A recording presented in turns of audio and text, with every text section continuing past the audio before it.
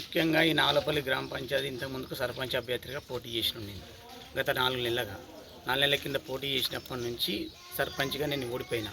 అలా గెలిచినప్పటి నుంచి నా మీద కక్షపూరితంగా ప్రతి ఒక్కరిని నాకు ఓటేసిన వాళ్ళను ఉన్నోళ్ళందరినీ టార్గెట్ చేసుకుంటా వాళ్ళని రకరకాల ఇబ్బంది పెట్టుకుంటా నన్ను నా పాత కంపౌండ్ వాళ్ళని కొత్తది కాదు కట్టేది, పాత కంపౌండ్ పాత గోడ మీద పెంకటిల్లు ఉంటే పెంకటిల్లు గోడ కొట్టుకొని పాత దాని మీద కట్టుకుంటున్నా. పాత దాని మీద కట్టుకుంటే ఇక్కడ వెనుక సర్పంచ్ ఇల్లు ఉంటుంది, 6 ఫీట్ల జాగా ఇస్తే నువ్వు ఏనైనా కట్టుకో, మోరి మీద కట్టుకో, ఏడ కట్టుకున్నా ఏం కాదు. 6 ఫీట్ల జాగా ఇవ్వకపోతే నేను నీ ఇల్లు నీ కంపెనీ వాళ్ళు గుల్లగొడతా అని సెక్రటరీ అధికారులను పట్టుకొని పోలీసు వాళ్ళని పట్టుకొని వాళ్ళు వచ్చి నాకు నోటీస్ ఇట్లా ఇంతకుముందు గత 3 నెలల కింద ఇచ్చారు. అప్పటి నుంచి మధ్యలో 2 సార్లు మాట్లాడుకున్న తర్వాత ఇట్లా మళ్ళీ నోటీస్ ఇవ్వాలి ఏమి ఇవ్వాలి. నేను సిటీ పోతున్నా, నాకు మధ్యలో ఫోన్ చేస్తే నేను ఇవాళ ఉండలేను, రేపు వస్తే సార్ రేపు టైం ఇవ్వండి అని చెప్తే లేదా గంట సేపట్లో ఇప్పుడు నోటీస్ నీ ఇంటికి అతికిస్తున్నా వాయిస్ మెసేజ్ పెట్టినా నాకు కూలగొట్టడం జరిగింది. నేను రాత్రి వచ్చాక మొత్తం కూలిపోయింది. కక్షపూర్తంగా సాధిస్తున్నారు అధికారులను పెట్టుకొని. ఈ అధికార బలంతో ప్రజల్ని ఇబ్బంది పెడుతున్నారు, చిన్న వాళ్ళని ఇబ్బంది పెడుతున్నారు, రైతులను ఇబ్బంది పెడుతున్నారు, ప్రతి ఒక్కరిని ఇబ్బంది పెడుతున్నారు. నల్లాలు నీళ్లు ఒక్కొక్కరికి 20 లీటర్ల ట్యాంక్ ఉన్నాయనుకుంటా నల్లాల ఇంట్లో నా ఇంటి చుట్టూ 4-5 పొక్కలు తోపించిండు. నల్ల రావద్దు, నీకు నీళ్ళు కట్ చేపిస్తాను, నా చూసుకోమన్నా, నా నల్ల ఏముందో అందరి లెక్క నీళ్ళు నాకు అంతే అని చెప్పిన. అభివృద్ధి పని పక్కకు పెట్టి కక్ష సాధింపులకు చేస్తున్నాడు. ఈ కక్ష సాధింపులు ఎంతవరకు కరెక్టు? అది మీరు ఏమన్నంటే వాళ్ళకు ఒత్తిడి పై ఆఫీసర్లకి ఒత్తిడి తెచ్చుకుంటా సీఎం క్యాంప్ ఆఫీస్ నుంచి ఫోన్ చేస్తా అంటే మేము అధికార పార్టీ వాళ్ళమే, మేము అందరం కార్యకర్తలమే, అలాంటప్పుడు మాకో న్యాయం వాళ్ళకో న్యాయం ఉన్నాయి కదా. రేపు పొద్దుగల ముఖ్యమంత్రి గిట్ట మేము గిట్ల రేపు పొద్దుగల కలుస్తాం, మాకిట్లా న్యాయం జరగలేదనుకో మేము ముఖ్యమంత్రి గిట్ట కలుస్తాం, మాకిట్లా కలిసేది ఉంది, మేము మాట్లాడతాం, మేము గిట్ల చెప్తాం ఆ విషయం. వాళ్ళ పేరు చెప్పుకుంటా వాళ్ళు ఎంతవరకు చేస్తలేరు, కానీ వీళ్ళైతే పిచ్చల విడిగా చేస్తున్నారు. ఇది ఎంతవరకు కరెక్ట్ అని మీరే వాళ్ళకే వదిలేస్తున్నారు. ఇది ఎంతవరకు కరెక్ట్? కారణం ఏంటి అసలు? కారణం అంటే 6 ఫీట్ల జాగి ఇవ్వమంటున్నాయి నాకు. 6 ఫీట్ల జాగి ఇవ్వకపోతే కూల కొడుతుంటాను. పైసలు డిమాండ్ చేసింది, 5 లక్షలు ఇక రికార్డ్ లేదు, మనకు రికార్డ్ లేదు.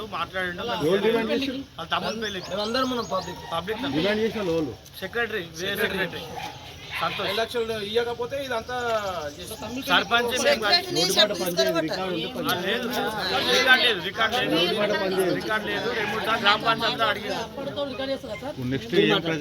ఏం చేద్దాం అనుకుంటున్నాం?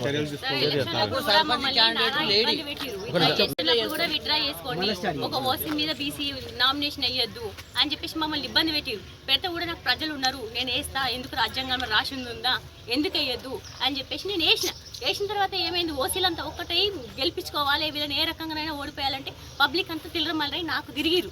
ఓట్లు వేయడానికి మొత్తం గెలిచే క్యాండిడేట్ నేను లాస్ట్ క్లాస్ ఏం చేస్తారు, సీఎం క్యాంపస్ నుంచి నాకు సీఎం తెలిసి వాళ్ళ అల్లుడు సీఎం దగ్గర పనిచేస్తారంట.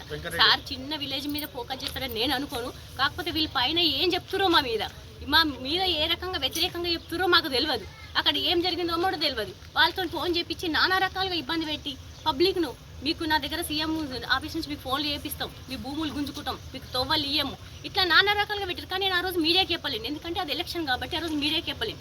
అది అయిపోయింది. తర్వాత సరే మేము 18 ఓట్లతో ఓడిపోయినాం, ఓకే, దానికి కూడా నేను ఓకే, ఎందుకంటే ప్రజల తీర్పుని నేను గౌరవిస్తాను. వాళ్ళ పని వాళ్ళు చేసుకొని మా పని మేము చేసుకుంటాం. మీరు గెలిచిన వాళ్ళు మా మీద కక్ష పట్టద్దు, అందరం ఒకటే పార్టీ, ఊరిని విడగొట్టకుర్రి, పంచాయతీలు చేయకుర్రి. ఇదే గ్రామ పంచాయతీలో నా దగ్గర వీడియో ఉంది, నేను వాళ్ళ సన్మానానికి కూడా వాళ్ళ దానికి కూడా వెళ్ళిన. ఏంది పంచాయతీ ఆ రోజు ప్రమాణ స్వీకారాన్ని కూడా నేను వెళ్ళిన. నా లోపల ఏ కుళ్ళు పెట్టుకోకుండా ఎక్కుతాను, ఎందుకంటే గ్రామం అనేది విడిపోవద్దు కాబట్టి ప్రతిలో, ఎందుకంటే కక్షలు పెట్టుకొని చిన్న వాళ్ళు ఇప్పుడు పెద్దగా అవుతున్నారు. వాళ్ళకి ఏం చూపిస్తున్నాం మనము? పెరిగే వాళ్ళకి కులంతో కొట్లాడాలి, కులం తీరుగా పెరగాలనే మనం నేర్పుతున్నాం. పిల్లలకి సమాజంలో ఏం నేర్పిస్తున్నాం? ఇప్పుడు వచ్చే యూత్కి ఏం నేర్పిస్తున్నాం మనం? ఇట్లనే మీరు మేము విభజించాలి. ఓసీ మీద బీసీ రిజర్వేషన్ వస్తే వేయద్దు, బీసీలో వస్తే బీసీలో వేసుకోవాలి. ఇదేనా మనం నేర్పించేది పిల్లలకి? ఇప్పుడు యూత్కి ఏం నేర్పిస్తున్నాం సార్ మేము? ఇదంతా కక్ష పట్టుకొని అంటే వీళ్ళందరికీ ఒక నార్మల్ పబ్లిక్కి మేము ఒక లీడర్ ఉండడం వాళ్ళకి ఇష్టం లేదు. మేము ఒకవేళ మీ ఊళ్ళో నుంచి వెళ్ళిపోతే వీళ్ళని తొక్కేయచ్చు. వీళ్ళకి ఏం తెలియదు, పొద్దున వేస్తే పనికి పోతారు, సాయంత్రం వస్తే ఇంటికి వస్తారు, ఏది చెప్తే గది చేస్తారు. ఇంత పెద్ద ఇల్లు కట్టుకుని అవసరం ఆరా వీనికి ఊళ్ళే అని మాట్లాడతారంట. పైసలు అంటే పొలాలు కొనుక్కోరు. నా ఇంటి గురించి వీళ్ళకి ఎందుకు అట్లా కూడా సపోర్ట్ ఊరుకున్నా, సరే పోనీ అనుకున్నా. ఇప్పుడు ఏం చేశారు, నా గోడ కింద డ్రైనేజ్ ఉంది అన్నారు. నేను 100 సార్లు చెప్పిన, 2-3 అధికారులు వచ్చారు, వస్తే వాళ్ళకి చెప్పిన, లేదు మేడం నా గోడ కింద లేదు, నేను గోడది కట్టేటప్పుడు వీడియో తీసినాం సార్, మాకు వీడియో ప్రూఫ్ ఉంది, మీకు ఏమంటే నేను ఇస్తాను. డ్రైనేజ్ కదా అది మన అది కడతారు కదా, పునాది కట్టేటప్పుడు వీడియో తీస్తారు కదా, ఆ వీడియో ఉంది. ఆ వీడియో తీపించుకుంటున్నా, ఎందుకంటే వీళ్ళు ఇట్లాంటి మనుషులు నాకు తెలుసు, వీళ్ళు మంచి మనుషులు కాదు. గెలిచిన అతని క్యారెక్టర్ చాలా వరస్ట్.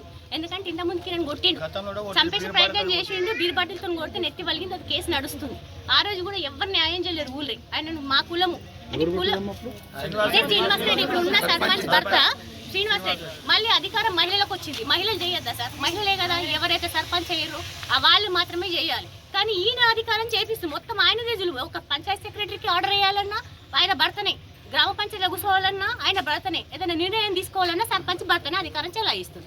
ఇది ఎంతవరకు రైతు? మహిళలకు వచ్చినప్పుడు మహిళలు చేసుకోవాలి, మరి వాళ్ళు ఎప్పుడు హుషారవుతారు? ఇప్పుడు ఆమెను పిలిచి అడగండి ఏం చెప్తుంది ఈ గోడ గురించి, ఆమెకు అసలు కూడా ఇన్ఫర్మేషన్ లేదు. ఇంకొకటి వార్డు మెంబర్లు ఉన్నారు, ఇంతకుముందు సర్పంచ్ లేడు ఈ ఊళ్ళే, ఇప్పుడు వార్డు మెంబర్లు ఉన్నారు, సర్పంచ్ ఉన్నాడు. ఒక చిన్నది ఒక సమస్య వచ్చింది, సరే నా గోడ వల్ల జనానికి ఏదైనా ప్రాబ్లం ఉంటే నేను ఖచ్చితంగా, ఎందుకంటే జనం మెచ్చిన మనిషినే నేను, ఒకప్పుడు నన్ను కాదనుకోలేదు. వాళ్ళ కోసం నేను ఫీట్ కాదు 2 ఫీట్ల జాగేయడానికి కూడా సిద్ధంగా ఉన్నా. నాకు నోటీస్ ఇచ్చింది వేయడానికి ఈ గోడకి ఇచ్చింది ఫస్ట్, ఇదేంది నేను ఆ గోడతో సమానంగా పెట్టుకుంటామని చెప్పేసి అనుకుంటే దీనికి నోటీస్ ఇచ్చింది, ఇటు పెట్టద్దమ్మా అని అంటే సరే సార్, ఎందుకంటే ఇది 10 మంది పోయే పబ్లిక్ సోవ కదా, అందరికి ఉపయోగపడాలి పోనీ అని నేను దీని గురించి ఏమనకుండా కాంప్రమైజ్ అయ్యి ఎల్పై జరిగి కట్టుకున్నాను.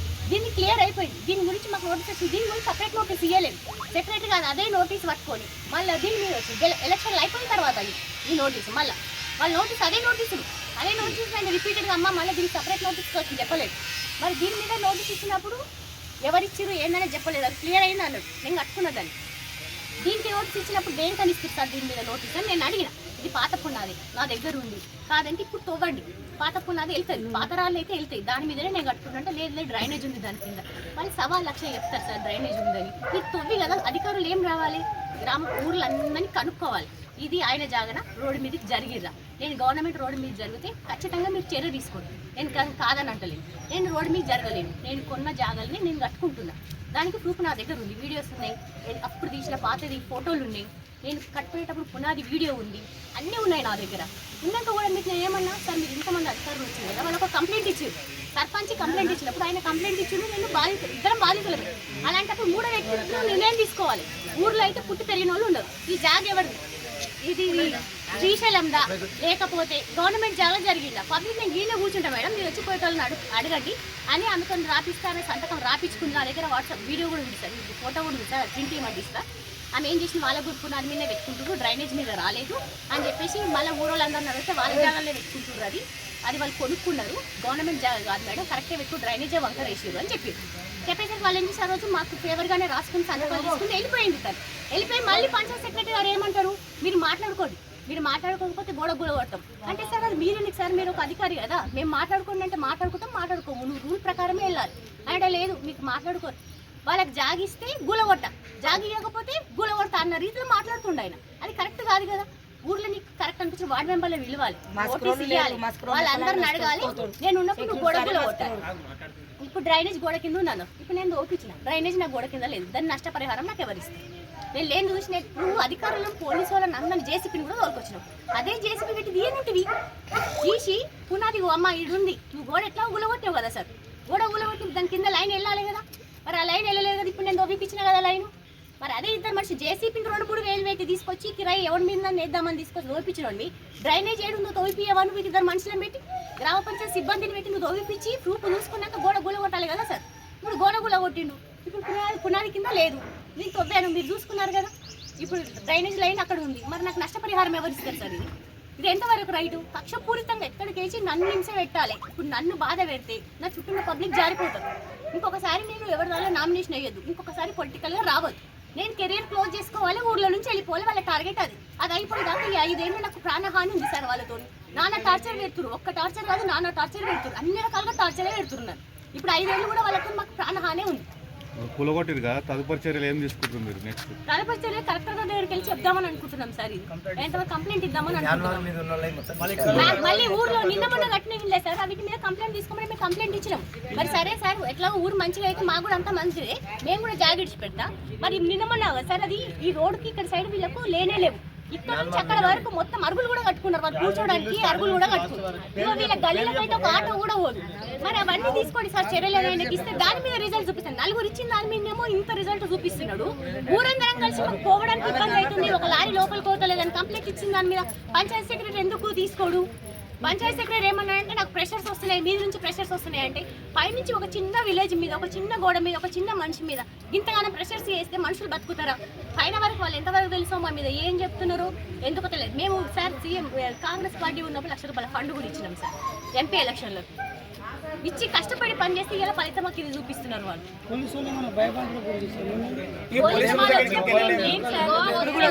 వాళ్ళు వచ్చినప్పుడు మేము లేము, వీళ్ళు ఉన్నప్పుడైనా చెప్పాలి.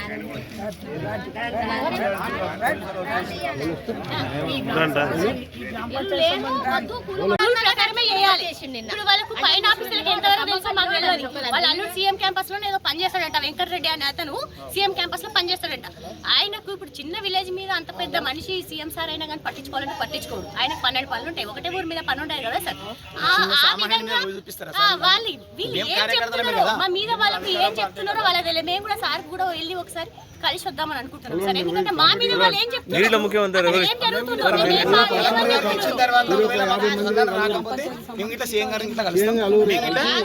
మళ్ళీ వార్డు మెంబర్లు ఉన్నారు సార్, నలుగురు వార్డు మెంబర్లు ఉన్నప్పుడు వార్డు మెంబర్లకు చెప్పాలి కదా తీర్మానం. ఆడు మంచి అడ్డం మా వాళ్ళు లేరు సార్, ఇప్పుడు రేపాయే కానీ అన్నా కానీ అడుగుతలే లేడు. పంచాయతీ స్విచ్ ఆఫ్ చేసుకుంటే ఇప్పుడు ఫోన్ రండి సార్ మాన్యువల్ చూడండి, మేము లేనప్పుడు గుల ఉంటుంది కదా, ఎందుకు స్విచ్ ఆఫ్ చేసుకుంటారు సార్? ఆయన దిక్కు న్యాయం ఉంది కదా.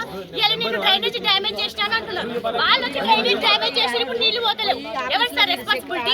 మీకు అంత డ్రైనేజ్ మీద ప్రేమ ఉన్నప్పుడు అది ఎట్లా అవుతుంది?